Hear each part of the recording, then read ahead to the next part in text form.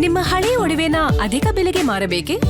ಅಟಿಕಾಗೆ ಕಾಲ್ ಮಾಡಿ 8880 Attica gold company. ರಾಜ್ಯ ಕಾಂಗ್ರೆಸ್ನಲ್ಲಿ ಬಂಡಾಯದ ಬಿಸಿ ಇನ್ನೂ ತಣ್ಣಗಾಗಿಲ್ಲ. ಸಚಿವ ಸ್ಥಾನ ಸಿಗದೆ ಸಿಟ್ಟಾಗಿರುವ ಹಿರಿಯ ಶಾಸಕರನ್ನ ಹೈಕಮಾಂಡ್ ಮನವೊಲಿಸಿದ್ರು ಹಠ ಬಿಡ್ತಿಲ್ಲ. ಸಚಿವ ಸ್ಥಾನ ಬೇಕೇ ಬೇಕು ಅಂತ ಕೆಲ ಶಾಸಕರು ಇನ್ನೂ ಪಟ್ಟು ಹಿಡಿದಿದ್ದು ಇರೋ ಒಂದು ಸ್ಥಾನಕ್ಕೆ ಪೈಪೋಟಿ ಏರ್ಪಟ್ಟಿದೆ. ಈ ಮಧ್ಯೆ ಸಿಎಂ ಡಿಕೆಶಿ ದೆಹಲಿಗೆ ಪ್ರಯಾಣಕ್ಕೆ ಮುಂದಾಗಿದ್ದಾರೆ. ಯಾಕೆ ಏನು ಅಂತ ಹೇಳ್ತೀವಿ, ಈ ಸ್ಟೋರಿ ನೋಡಿ.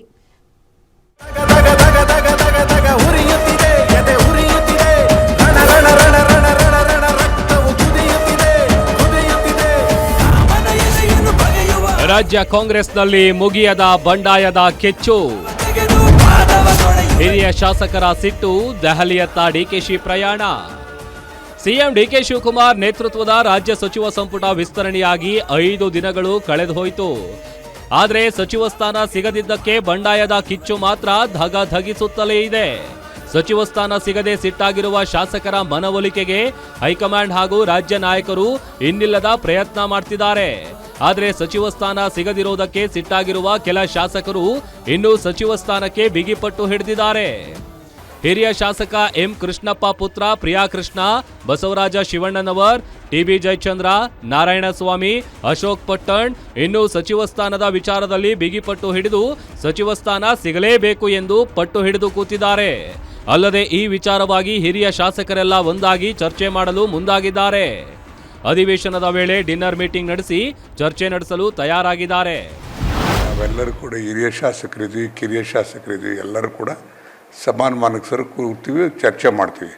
ಪ್ರಜಾಪ್ರಭುತ್ವ ಅಂದರೆ ಅದೇ ತಾನೇ, ಕೂತು ಚರ್ಚೆ ಮಾಡ್ತಕ್ಕಂಥದ್ದು, ಭಿನ್ನಮತ ಬಂದಾಗ ಶಮನ ಮಾಡ್ತಕ್ಕಂಥದ್ದು ಎಲ್ಲದು ಪ್ರಕ್ರಿಯೆಗಳು ಇದ್ದೇ ಇರ್ತದೆ. ಇನ್ನು ಸಂಪುಟದಲ್ಲಿ ಖಾಲಿ ಇರುವ ಒಂದು ಸ್ಥಾನಕ್ಕೂ ಪೈಪೋಟಿ ಜೋರಾಗಿದೆ.